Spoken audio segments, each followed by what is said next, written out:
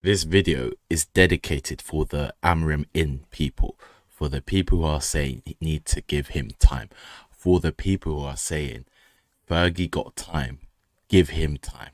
Listen closely and listen clearly. This whole video is for you bums that are so ignorant and so tapped in ahead and doesn't see it, doesn't see the damage this guy is doing.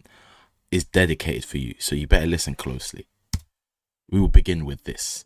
His record. His record. Disgusting record, by the way. 31 games. 8 wins. 7 draws.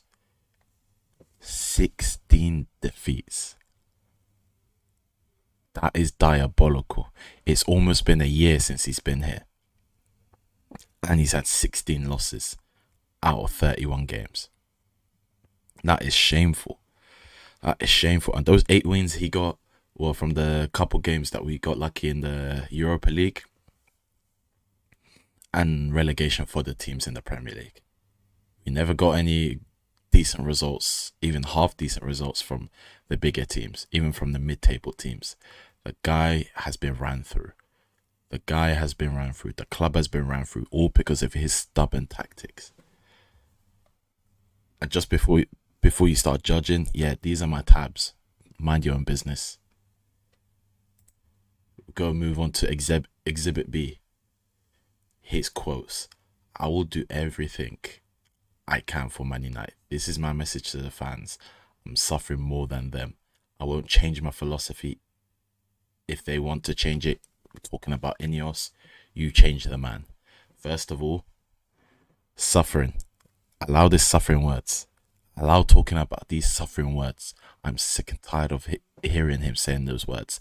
The only ones that are suffering are us because of your stubborn tactics.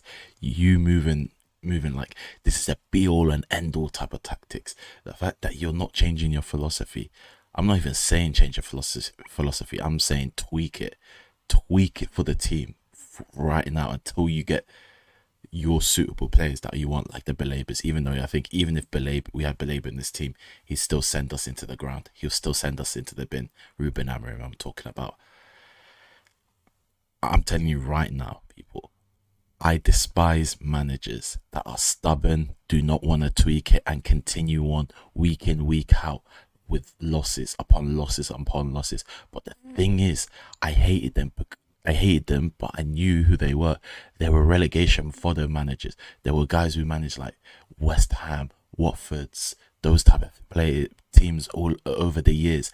Not bloody Man United, not Manchester United. I expect those managers who coach teams like Southampton or Sheffield United, even Stoke City when they were getting relegated. Those type of teams, that's who I expected with managers to be that stubborn where they lose in, week out, and they never change anything. That's who I expected. Not a Man United manager, not a big Manchester United manager. But guess what? His stubbornness has sent us almost to relegation last season. And guess what? We're back in the same spot 4 games later. What does that tell you? He's not going to change, and the results are not going to change. I don't care. We could have we could have the Real Madrid team right now. We could have Barcelona right now. If he's in charge, it will not make a difference. My man, if he went to Liverpool before they changed their mind and went for Slot, they would have been in the same situation. I don't care if they got Salah. Don't care if they got Van Dijk, Allison. They would have been in the same situation. I guarantee it. I'm not even gonna say it's not the players, because the players are responsible as well. But this is a separate situation outside of the players. Regardless if the players were good or bad, this guy is holding us back. It goes both ways. It's both ways. But this guy is worse than the players right now. I can't believe I'm saying that. It ain't a player FC or manager FC thing. I'm not that type of guy who takes sides. I just look at it objectively and see who's the one causing damage. Who's the one causing the most damage? The manager. Right now, it's the manager. When it was Ten Hag, it was both. I'm sorry to hear it. I'm sorry to say. I'm sorry to say. And we've shipped off players, bums as well in the team. Still got a couple bums here and there, but still, it does my head in when people just move like, oh, it's player FC. No, it's not. It's whoever's shit is shit, and I'll call out. It doesn't matter who.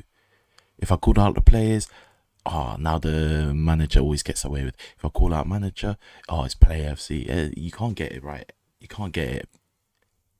You're never right. Exhibit C. This is diabolical. Amorim, according to Fabrizio, Amorim is convinced the problem is the mentality of his team and not the system. So this guy, I don't care if he's right or wrong.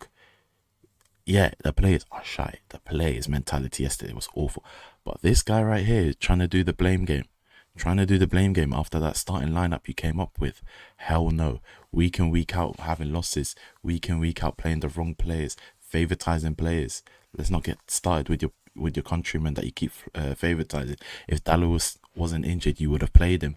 You would have started him. And he's mistake ridden himself. Don't get me started. This is damning. This is very damning. This is scary, very worrying. Seeing quotes like this, seeing stuff about him like this, I just can't deal with it. I don't understand why Ineos are backing this guy. And then he says this. What the hell does this even mean? I understand how football is, and the results dictate the narrative. Did you think we were the better team against Arsenal? They had Odegaard, Rice, and Zubimendi.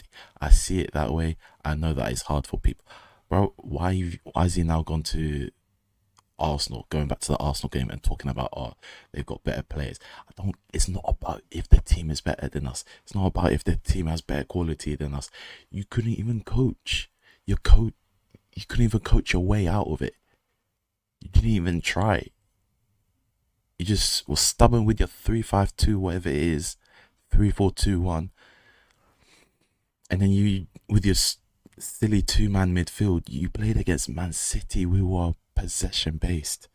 The possession-based team who Pep Guardiola is obsessed with the overload in midfield. Haven't you seen him over the years? This brother, instead of putting a 3-man midfield, he'll put a 5-man midfield if he wants to. That's how diabolical he is. That's how much of a madman he is. That's how much he's obsessed with winning the midfield battle. And you had the audacity to come to the Etihad Stadium with Manchester United and put a 2-man midfield. And then you blame the players. And then you're like, I don't know what happened. I wonder why. Well, I know why. You put 2-man midfield and we got cooked. And then you decided to put Ugarte and Bruno Fernandes as the 2-man midfield against Rodri, Foden, Tijani Reinders. You're taking the piss. You are really taking the piss. You are not serious. I can't take a manager serious if he thinks like that. That's not even a mistake. That's just negligence. That is incompetence. That is whatever word that is similar to that. That's what it is. It's beyond even laziness. It's basically carelessness. This is careless management. Mismanagement. How can you not see that? This guy is a gimmick man. He is a fake. A gimmick man, Ruben Amorim is. He is not real. This guy, I hate these type of managers. Philosophy this, philosophy that. But when they implement it, they're so stubborn that they can't tweak it. They think it's the my way or the highway. They think it's the perfect solution to football. There's no perfect solution to football. You can have your tactics. You can have your philosophy. Bloody Pep Guardiola has it. Arne Slot has it. Klopp has it. But they adjust. They know it doesn't work week in, week out. They know there's a team that has that has their number, so they'll tweak it and sacrifice their philosophy just to get the win for that 1 week, 2 weeks. You, my friend, you are not the first guy to come up with philosophy nonsense in Man United, in whatever other big team, and fail. These philosophy nerds, these gimmick managers, they are failures. Thiago Motta, look at him at Juventus, failure. Ruben Amorim at Man United, failure. It doesn't work. It doesn't work with the big teams. Guess what? When they're successful, it works when they're in the mid-table teams. Thiago Motta at Bologna, it works because They're small players. They're not talented. They, you could. It's easy to mold. You have all the power. You're not gonna do that with big. It doesn't work with bigger players. Look at Ruben Amorim at Sporting, smaller team, not that known, not that big, less talented players, easy to mold around. Manchester United, it doesn't work like that. Thiago Motta with Juventus, it didn't work. It failed. Stop with your gimmick stuff. Stop coming in with this arrogance, like you can come into walk into any team and try and flip it and try and force your philosophy. If your philosophy doesn't work, tweak it. Wait till you get the right players, then come in. Don't stop forcing it on players that physically can't do it. Don't force it on a team where we play against a team that has our number, that has a counterbalance against this so-called philosophy, and you stick to it and you say, no, I'm not going to change it. It's the players' fault. That is arrogance, complete arrogance. And I want to call out Ineos as well for coming for players, for coaches like that. Why have you got him? Extensive research, my ass, oh my brother. There was no extensive research. Liverpool did extensive research because they knew they wanted him. He was their number one target before Arne Slot, but they interviewed him. They found out. They did their research, extensive research. That was their real extensive research. They said they found out from it. He told Liverpool that I'm not gonna change my ways. I'm not gonna adjust. He told them straight up. Liverpool were like, nah, we're not feeling it. We're not feeling this three at the back stuff. We're not feeling the way you're playing that two-man midfield stuff. It doesn't work for Liverpool. And then Liverpool happily walked away, gladly walked away. And guess what? They found Arne Slot under the radar. Yeah, he was spoken here and there, but wasn't bigged up as much. But he suited the club. This is what I mean. Do your research. And the fact that Ineos has come out and said they're backing him is ridiculous. How much more damage we're going to get? We got Chelsea. We then got Liverpool at some point. We got Sunderland, but I don't have any hope for that as well. Sunderland are not looking too shabby. It's dark days. And the more we continue with this manager, the worse it's going to get. Play 1 day a week. I can't be bothered to wait 7 days to just bring up my hopes up again, and then we get bummed, we get cooked, we get ran through. After that Man United game, after that Manchester Derby game, guess what? I watched the Barca game against Valencia. Yeah, they're crap. They get bummed, they get bent over all the time.